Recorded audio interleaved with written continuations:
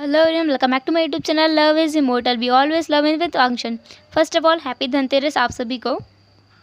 And दूसरा बात, मेरा आज का रिकॉर्डिंग बहुत बेकार है क्योंकि बीच बीच में बहुत ज़्यादा बम फूटने का आवाज़ आएगा, पटाखे चलने की आवाज़ आएंगी और कुछ चिल्लाने की आवाज़ें भी आ सकती हैं। तो उन सब आवाज़ों को इग्नोर करना, क्योंकि मेरे आसपास 24-25 साल के बहुत छोटे छोटे लड़के रहते हैं जो कि बहुत ज़्यादा बदमाश हैं। वो लोग पटाखे चलाते हैं, आवाज़ करते हैं, शोर करते हैं, बट बोलने पर मानते नहीं हैं, पॉल्यूशन फैलाते हैं। तो आप उन लोगों को इग्नोर कीजिएगा। एंड दूसरा चीज़ ये है कि आज का पार्ट थोड़ा शॉर्ट रहेगा। मेरे घर में पूजा है तो मैं 3 रिकॉर्डिंग करने में बहुत ज़्यादा परेशान थी, इसलिए ये वाला पार्ट थोड़ा छोटा बना दिया है। अगर मुझे टाइम मिला तो मैं कल का पार्ट थोड़ा लॉन्ग बनाऊँगी, वरना आप लोग थोड़ा एडजस्ट कर लेना। चलो तो आज की वीडियो को स्टार्ट करते हैं। चैंग जो कि लैन चिंग को लेकर के कमरे में आया था और ला करके उसने लैन चिंग को वहीं बेड पर पटक दिया था धड़ाम से और उससे कहा था तुम्हारी हिम्मत कैसे हुई ये सब करने की। लैन चिंग जो कि हैरान में जियांग चिंग को देख रही थी, फिर एकदम से वो भी गुस्से में वहाँ से उठी और कहा, हाउ डेयर यू, तुम्हारी हिम्मत कैसे हुई मुझे टच करने की बिना मेरी मर्ज़ी के, और तुम मुझे कैसे यहाँ उठा कर ला सकते हो। मैं तुम्हारी जान ले लूँगी और मैं तुम्हें ज़िंदा नहीं छोड़ूंगी। जियांग चिंग ने कहा, जिंदा तो मैं उन लोगों को नहीं छोड़ूंगा जो तुम्हें वो घूर घूर के देख रहे थे। तुम्हें पता है यहाँ पे कितने सारे गंदे अल्फाज बैठे हैं, तुम्हें बिल्कुल भी शर्म नहीं है। ऐसे छोटे छोटे कपड़े पहन कर के यहाँ घूम रही हो तुम्हें बिल्कुल शर्म नहीं आती ना। तुमने मुझे बताया भी नहीं कि तुम एक बार डांसर हो, तुम्हें बताना तो चाहिए था कम से कम। हमारी शादी होने वाली है बहुत जल्द ही। लैंची ने कहा, शादी ज़बरदस्ती हो रही है, और दूसरी बात, अगर मैं बार डांसर हूँ भी तो मैं तुम्हें क्यों बताऊँ, मुझे तुमसे कोई मतलब नहीं है। जियांग चिंग ने लैन चिंग की कलाई को ज़ोर से पकड़ा, इतनी ज़ोर से कि एक बार को तो लैन चिंग को भी दर्द हुआ। उसने कहा, देखो मेरा हाथ छोड़ो, मुझे दर्द हो रहा है। जियांग चिंग ने कहा, ऐसा ही दर्द मुझे हो रहा है मेरे दिल में जब वो लोग तुम्हें घूर घूर कर देख रहे हैं। देखो, अगर तुम मुझे बता देती पहले कि तुम एक बार डांसर हो, तुम्हें बार में डांस करना पसंद है, मैं कुछ नहीं कहता, बस इतना कहता कि ये तुम इतने छोटे छोटे कपड़े पहने हो ना, इनको थोड़ा बड़ा कर लो। दूसरी चीज़, मैं तुम्हारी सिक्योरिटी का भी ध्यान रखता। मैं समझता हूँ कुछ लोगों को डांस में इंटरेस्ट होता है, कुछ लोगों को सिंगिंग में इंटरेस्ट होता है। तुम्हें अगर डांस पसंद भी है तो तुम डांस कर सकती हो, लेकिन जगह देख करके, ये जगह सही नहीं है डांस करने के लिए। तुम डांस करो, प्रोफेशनल डांसर बनो, मुझे कोई परेशानी नहीं है, लेकिन ये जगह बिल्कुल भी सही नहीं है, और तुम जैसी ओमेगास के लिए तो बिल्कुल नहीं। लैन चिंग ने कहा, मुझ जैसी ओमेगास से तुम्हारा क्या मतलब है। जियांग चिंग ने कहा, तुम जैसी ओमेगास से मेरा मतलब है अच्छे परिवार की, और दूसरी चीज़, तुम देखने में बहुत ज़्यादा सुंदर हो। यहाँ कितने सारे गंदे ओमेगास अल्फाज आते हैं, तुम पर गंदी निगाहें डालते हैं। तुम्हें समझ भी आ रहा है मैं क्या बोल रहा हूँ। लैन चिंग जो कि बिल्कुल चुप हो गई थी, क्योंकि उसे जियांग चिंग की बातें सब साफ समझ में आ रही हैं, क्योंकि ऐसी जगहों पर बहुत सारे बुरे चीज़ें होना लाजमी है, और इस बात के लिए वो किसी को जिम्मेदार भी नहीं ठहरा सकती। लैन चिंग ने कहा, लेकिन इससे तुम्हें क्या, मैं कुछ भी करूँ। जियांग चिंग ने कहा, मुझे तुमसे मतलब है, क्योंकि मैं तुमसे प्यार करता हूँ। इसके बाद जियांग चिंग ने कुछ ऐसा कहा जिसे सुनकर के लैन चिंग के होश उड़ गए। वो शॉकिंगली जियांग चिंग को देख रही थी और कह रही थी, नहीं, तो तुम ऐसा कुछ नहीं कर सकते, तुम ऐसा नहीं कर सकते। जियांग चिंग जो कि गुस्से में उस रूम से बाहर निकल रहा था, और निकल करके वो उस रूम का गेट खोला और बाहर जाने लगा। लैन चिंग जो उसके पीछे पीछे आ रही थी और बोल रही थी, तो देखो तुम ऐसा कुछ नहीं कर सकते, तुम ऐसा नहीं कर सकते, तुम्हें समझना होगा ये सब कुछ। लेकिन जियांग चिंग जो कि उसकी बात बिल्कुल नहीं सुन रहा था। दूसरी तरफ हम देखते हैं हमारे मेन कपल को, जो कि हमारा वांग जी और विंग जो कि एक टक वांग जी को घूरे जा रहा था। वांग जी खुद भी अब विंग को घूर रहा था। वांग जी ने कहा, क्या ऐसे क्यों देख रहे हो मुझे।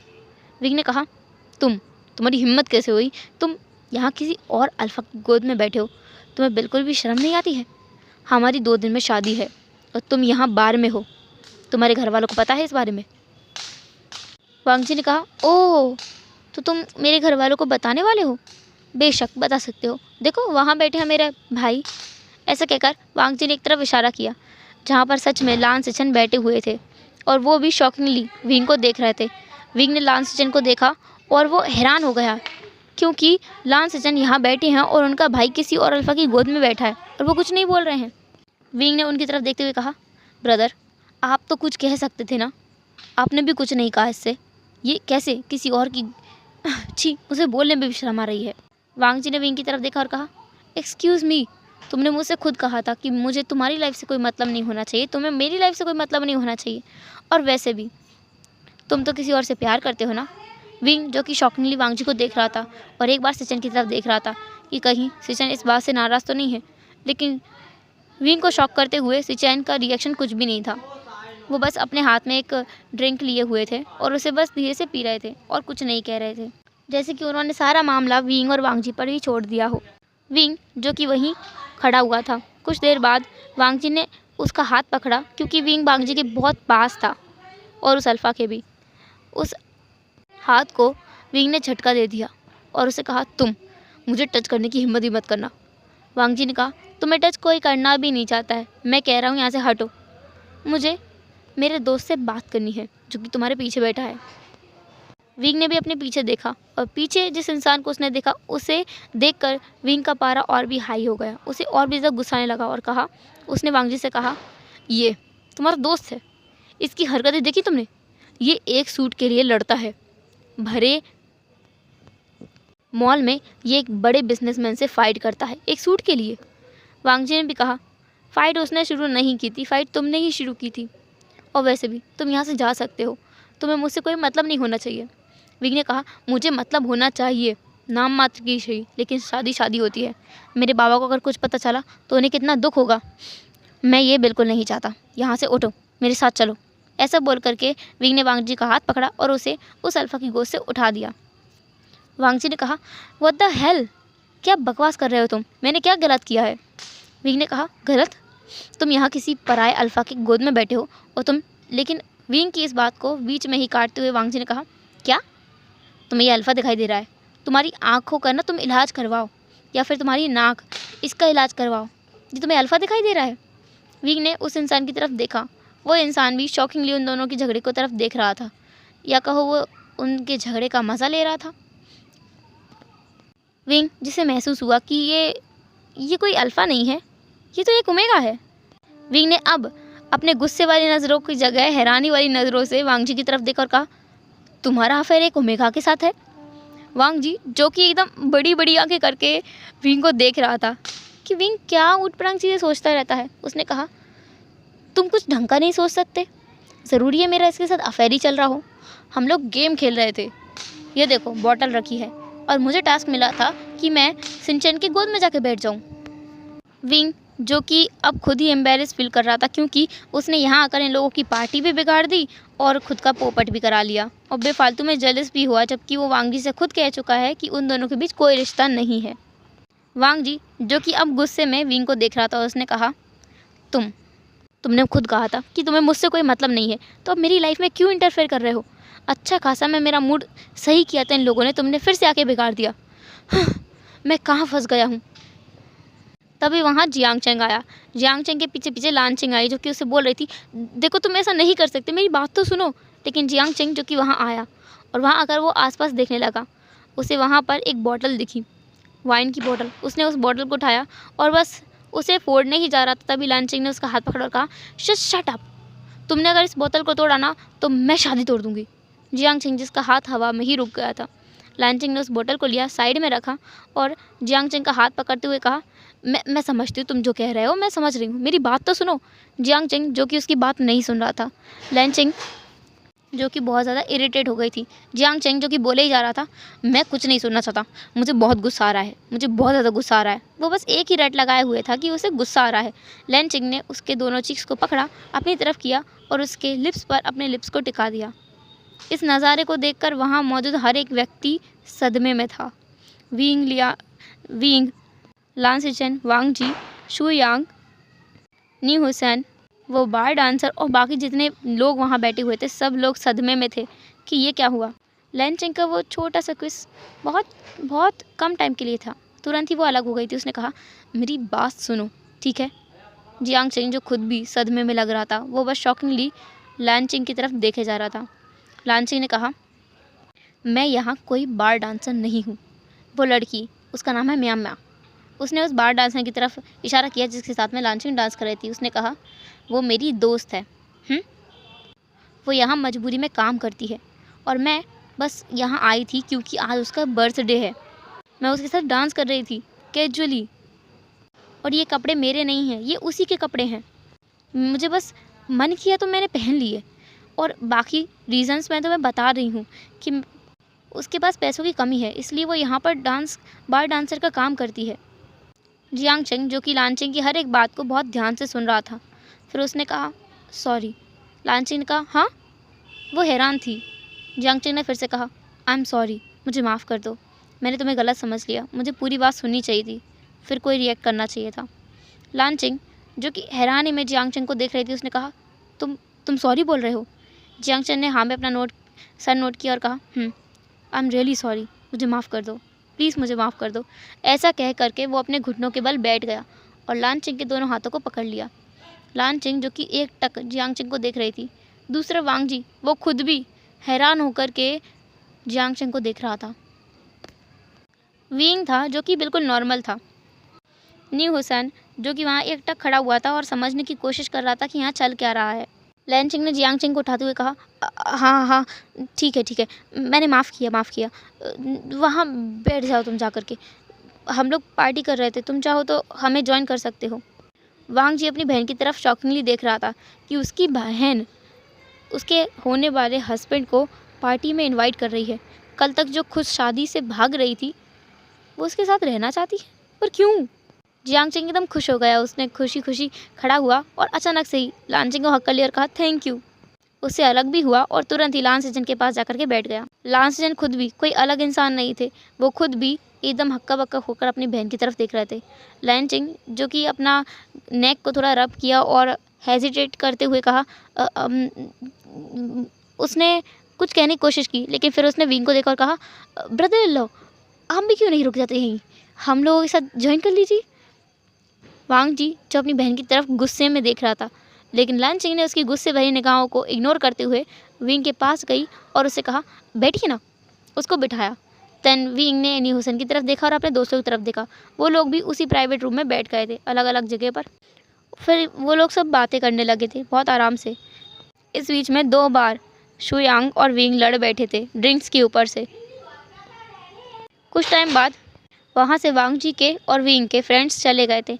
अब वहाँ पर लान सेचेन थे, वांग जी थी, लानचिंग थी, विंग, जियांग चेंग और न्यू हुसैन, ये सब लोग बचे थे। विंग और जियांग चेंग, जो कि ड्रिंक पर ड्रिंक किए ही जा रहे थे, रुक ही नहीं रहे थे। विंग जैसे खुद पर ही गुस्सा आ रहा था कि उसकी हरकतें कितनी वियर्ड थी, तो वो पिए जा रहा था। और दूसरी तरफ जियांग चेंग, जो कि खुशी में पी रहा था क्योंकि लानचिंग उससे प्यार से बात कर रही थी। लान सेचेन अपनी बहन की तरफ देख रहा था और सोच रहा था कि उसे पूछना चाहिए या नहीं। फिर उसने खुद से ही सोचा कि वो घर जाके पूछेगा। वांग जी खुद भी एकदम हैरान था अपनी बहन के इस बदले हुए अवतार से। उसकी बहन, जो अल्फाज की तरफ देखती भी नहीं है, आज एक अल्फा से इतने प्यार से बात कर रही है। वांग जी तो ये मान ही नहीं सकता कि उसकी बहन इस अल्फा को एक चांस देने वाली है। विंग, जो कि पूरी तरह से ड्रंक हो चुका था और नशे में न जाने क्या क्या बड़बड़ाया जा रहा था। दूसरी तरफ जियांग चेंग, जो खुद भी बहुत ज़्यादा नशा कर चुका था। न्यू हुसैन ने बहुत कम पी थी, लेकिन वो भी नशे में था। न्यू हुसैन को और जियांग चेंग को लान सेचेन संभाल रहे थे और उन्हें संभालते हुए दोनों को वो वहीं अपनी कार के पास लेकर गए, मतलब उनकी कार के पास लेकर गए और कार में जाकर के उसको बिठा दिया। दूसरी तरफ विंग, जिसको लानचिंग और वांग जी दोनों संभाल रहे थे, विंग नशे में बड़बड़ाया जा रहा था, जिसमें से एक भी बात विंग, वांग जी और लानचिंग को समझ में नहीं आ रही थी। वो लोग भी उसे लेकर के वहीं उसकी कार के पास आए। उसे कार में बिठाने ही वाले थे, लेकिन विंग ने उन्हें झटका दिया और कहा, नहीं, कोई मुझे टच नहीं करेगा, मुझे सिर्फ वो टच करेगा, मैं उससे प्यार करता हूँ। उसने वांग जी की तरफ देखा और कहा, तुम्हें पता है उसकी आवाज़ कितनी अच्छी है, मैं उससे बहुत प्यार करता हूँ, बहुत। अगर मुझे वो एक बार मिल जाए ना, मैं उसे कभी नहीं जाने दूंगा, उसे मैं अपने पास रख लूँगा, वो मेरी जान है। वांग जी और लानचिंग की दूसरी तरफ की तरफ देख रहे थे। वांग जी, जिसे न जाने क्यों गुस्सा आ रहा था विंग की इतनी वियर्ड हरकतें देखकर, लेकिन उसका गुस्सा कब हैरानी में बदल गया उसे भी पता नहीं चला, क्योंकि विंग ने कुछ ऐसा कहा। विंग ने कहा, तुम्हें पता है मैं किससे प्यार करता हूँ वांग जी? मैं ईबो से प्यार करता हूँ। मेरा वॉइस आर्टिस्ट ईबो, उसकी आवाज़ कितनी अच्छी है, कितनी मीठी है, कितनी अच्छी है, कितनी स्वीट है। I love him so much. मैं उसी से शादी करूँगा दोबारा से, तुम्हें डिवोर्स देने के बाद। वहाँ पर लान सेचेन, लानचिंग और लान वांगजी तीनों हैरानी में विंग की तरफ देख रहे थे। विंग जो कि लगातार ईबो के तारीफों के फूल बांधे जा रहा था और ईबो के बारे में और भी बहुत कुछ बोले जा रहा था। ऐसा लगता है उसे की बातें सुनकर जैसे कि वो ईबो को ब्लाइंडली फॉलो करता हो। उसकी हर एक मैगज़ीन, हर एक पेज कवर को उसने पढ़ा हो, देखा हो, सुना हो। वांग जी जिसने खुद के ही सलाइवा को सॉलो किया और लांचिंग की तरफ देखा। लांचिंग खुद भी उसकी तरफ हैरानी में देख रही थी। लान सिचेन थे जो पहले होश में आए। उन्होंने विंग को वही कार में बिठाया और उन दोनों की तरफ देखते हुए कहा, तुम दोनों घर चले जाना, हाँ, मैं इन्हें छोड़कर आता हूँ। फिर लान सिचेन उन तीनों को उनकी कार में लेकर के घर की तरफ चले गए। वांग जी और लांचिंग अपने घर की तरफ जा रहे थे। कार में वांग जी ड्राइव कर रहा था और लांचिंग वांग जी को देख रही थी। वांग जी ने कहा, क्या हुआ, ऐसे क्यों घूर रही हो मुझे? लांचिंग ने कहा, वांग जी वो तो तुमसे ही प्यार करता है। वांग जी ने कहा, तो क्या हुआ? उसे थोड़ी पता है कि मैं ईबो हूँ, और वैसे मैं उसे कभी बताऊंगा भी नहीं। मैं उसके साथ शादी में नहीं करना चाहता, मैं उसके साथ कभी नहीं रहूँगा। लांची ने कहा, अगर उसे गलती से भी पता चल गया ना कि तुम ही ईबो हो, मुझे लगता नहीं है वो कभी तुम्हें डिवोर्स भी देगा, इसलिए बोल रही हूँ शादी से पहले ही भाग जाओ। वांग जी ने कहा, बकवास बंद करो, तुम मुझे डरा रही हो? तुम्हें अपने प्यारे से मासूम से भाई को डराना नहीं चाहिए। मैं उससे कोई नहीं डरता, और डिवोर्स का तो वो देगा, बिल्कुल देगा, क्यों नहीं देगा?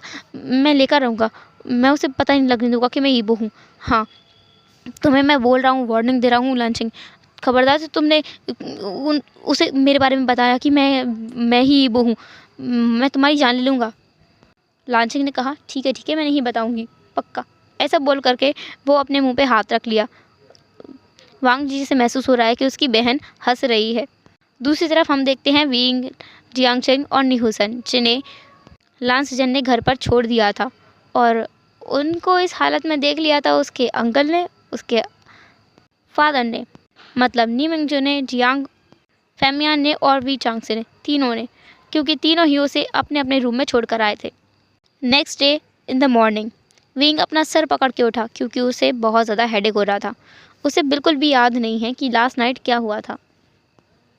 वो उठ करके बैठ गया। उसने अपना सर पकड़ा और खुद से कहा कि मुझे इतनी ड्रिंक नहीं करनी चाहिए। अपना बेड से उठा, नहाने गया।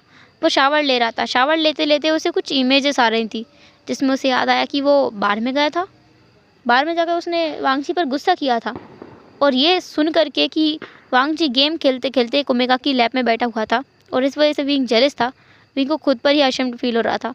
नेक्स्ट इमेज जो उसके दिमाग में आई ना, उसको याद करके ही ना विंग उसके कांटे उठाए थे पूरी बॉडी में, क्योंकि उसे याद आया कि उसने अपना लव कन्फेस किया है उन तीनों सिबलिंग्स के सामने कि वो ईबो को पसंद करता है।